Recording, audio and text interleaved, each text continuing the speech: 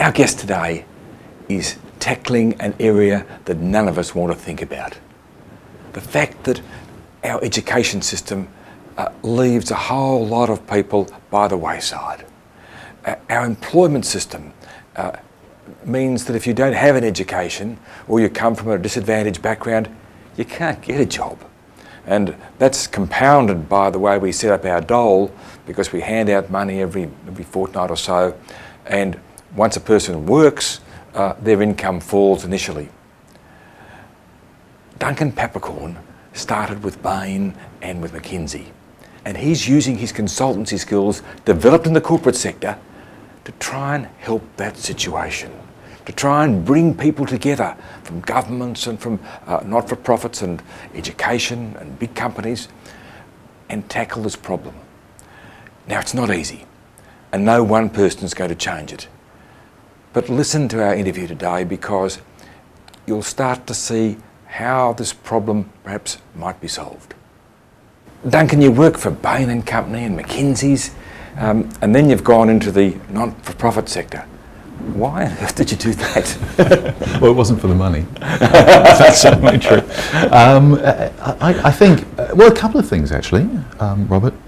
One of them is the obvious one of actually wanting to work in an area that you care about what you're doing and about the organisations with whom you work. And I mean, whilst having sort of come from that sort of McKinsey type background, clearly I believe that business is important and a generator of wealth for Australia and all that kind of good stuff. But actually the stuff that I'm really interested in is social change. That's the area I'm sort of passionate about. So part of it was that, but that wasn't the totality. It wasn't just about the desire to do good. It was also because in the world that I come from, that consulting world, one of the reasons people get involved in it is the intellectual challenge, is the fact that it's hard. It's demanding on multiple dimensions. And working in the non-profit sector is harder, in fact. Is it? It's more challenging. It's more, it's less linear. So you don't develop strategy by sort of going out and looking at the markets and trying to work out which markets you should go into and then doing the NPV calculation and then doing pretty graphs and then presenting it. It's not like that. The questions in the non-profit sector are around, well, what should we be doing? You know, what sort of business are we actually in? I mean, it's even within areas such as, well, if you think about sort of medical, think about an organisation whose overarching concern is people suffering from cancer. You could be focused on looking for cures. You could be focused on the care of people with cancer. You could be focused on changing society's attitudes towards cancer. You could be focused on supporting the families of people suffering from cancer. So part of the challenge in developing sort of clear strategies and clear directions for organisations in our sector is the challenge of helping organisations to work out who the heck they actually want to be. So what drew you to Social Ventures Australia? How did you come to join that? And well, I guess I mean luck as much as anything else. In that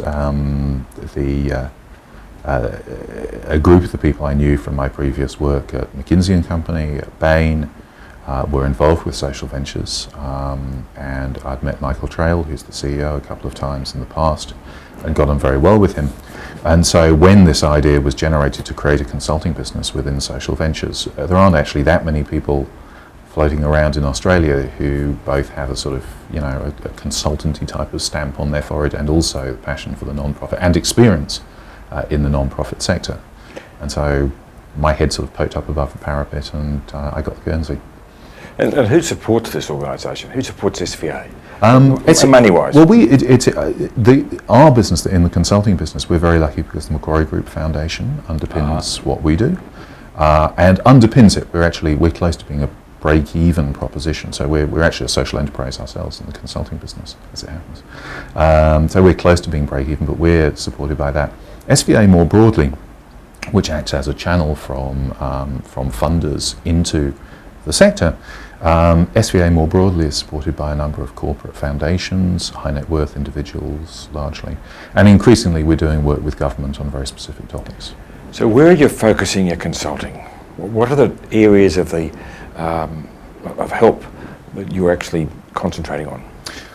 To date, it's been largely driven by my own particular passions. I mean, the majority of what we do it would broadly be described as strategy work, in the sense that we are trying to help organisations think about where they want to get to, what they want to achieve, and how to get there. But within that, there's a bunch of different things. There's trying to make sure that we really understand how the programs that the organisation runs work, which is very important. Why is it that actually this particular intervention, dropping kids into the snow on top of Mount Buller for 5 days, why does that actually stop them from nicking cars in Moorabbin or wherever it is? So part of it's actually helping them to understand that. But you've done a lot of work in education, haven't you? We have, yeah. I mean, Social Ventures Australia itself has, over the course of the last 10 years, become more and more focused in what it does, and it's now very, very clearly focused in 2 areas: education and employment, and working with disadvantaged Australians to really shift the dial in those 2 dimensions. Where's our education system letting us down in terms of disadvantaged children? Well, the work done on the postcodes of disadvantaged identifies that there are specific geographic areas throughout Australia which are being failed on multiple dimensions, education being only one of them. I mean, there's a sort of a vicious cycle that those communities get into, where there's a vicious cycle for individuals. So individuals fail, they don't have the capabilities to get jobs, community breaks down, employment breaks down, people don't want to create jobs in those areas, and those postcodes of disadvantage, they spiral downwards. What sort of postcodes are we talking about? What sort of areas around Australia? Many very close to the major conurbations, on sort of the outskirts and the rim of cities like Melbourne and Sydney. So it's not just that they're the things that people can, the people in the big cities can sort of forget about because they're sort of too far away. So what can we do, and what are some of the groups that you're helping doing to try and overcome this, first of all, in the education area? The education area, and clearly there is a sort of, there's a continuum through education to employment, and a lot of what we're trying to do is getting people to come out of school with the necessary skills to go into employment or go into further education or go into training for employment.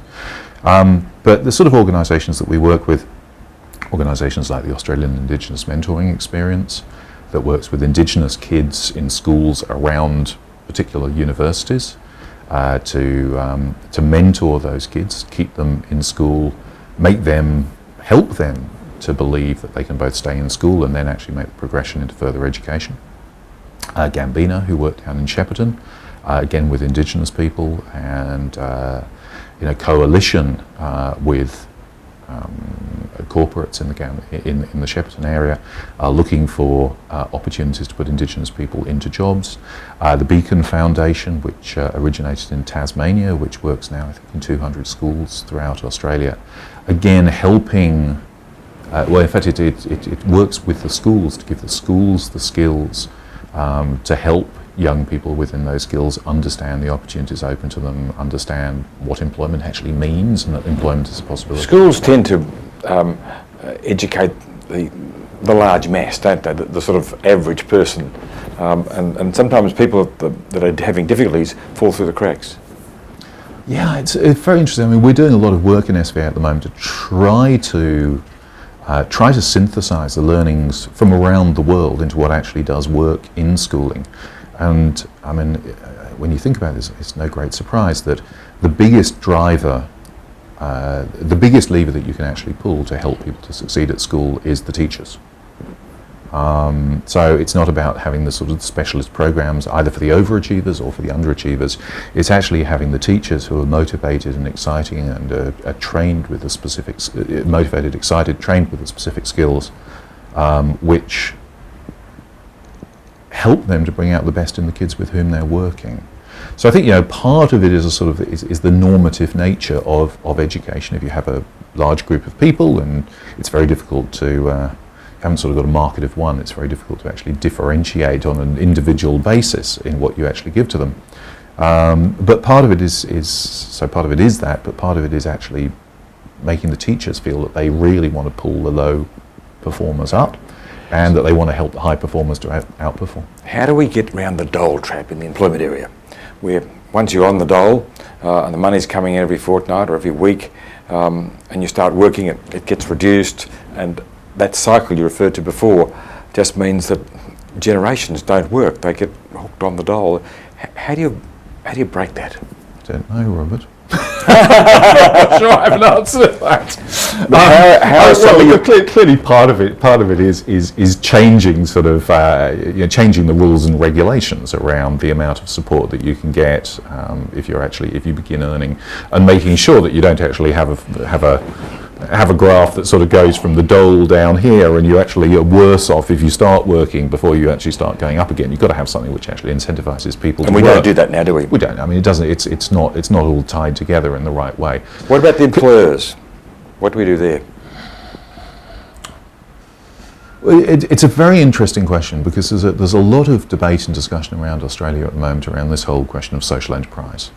The creation of businesses, so organisations that make the majority of their income from operating in the competitive marketplace, but whose objective is, they're purpose-driven, their objective is a social objective. And the question of whether or not we can create enough social enterprises, social businesses, to generate a huge number of jobs. And there's a lot of work going on with organisations like Social Ventures itself and Social Traders here in Melbourne, to create those jobs. And that's very helpful, but I think the biggest challenge is actually finding ways to get the big corporates to actually expand into new areas, to actually create new businesses that will employ long-term unemployed. So it's the sort of initiative that you can see beginning to happen in the States, where in Manhattan you've got local areas where supermarkets are incentivized through tax incentives to open in disadvantaged areas. They only get the tax incentives if they are selling, I think, exclusively healthy food, and if they're employing a very large proportion of people who were long-term unemployed in that area. So I think that the challenge for us is finding ways to get the big Australian corporates to expand their businesses into new areas and employ long-term unemployed people in disadvantaged areas. That I think is the big opportunity. How many people do you think are involved in this, are in this disadvantaged category, whether they be children or adults? Are we talking 100,000? I guess it depends on where you draw the line. I mean, we believe that there's sort of roughly 800,000 Australians who are long-term unemployed, many of them disabled, but who would both want to work and have the capacity to engage in productive employment, and employment that would be good for Australia as a whole, because it would increase our GDP, real work. So there's a bunch of them. Of course, the question with kids, and again, where you draw the line to define disadvantage, but there's certainly hundreds of thousands of kids who are essentially in a poverty trap. It's a huge problem, isn't it, Duncan? It is, it's big. Yeah, it's very big. Thanks very much. It's a pleasure.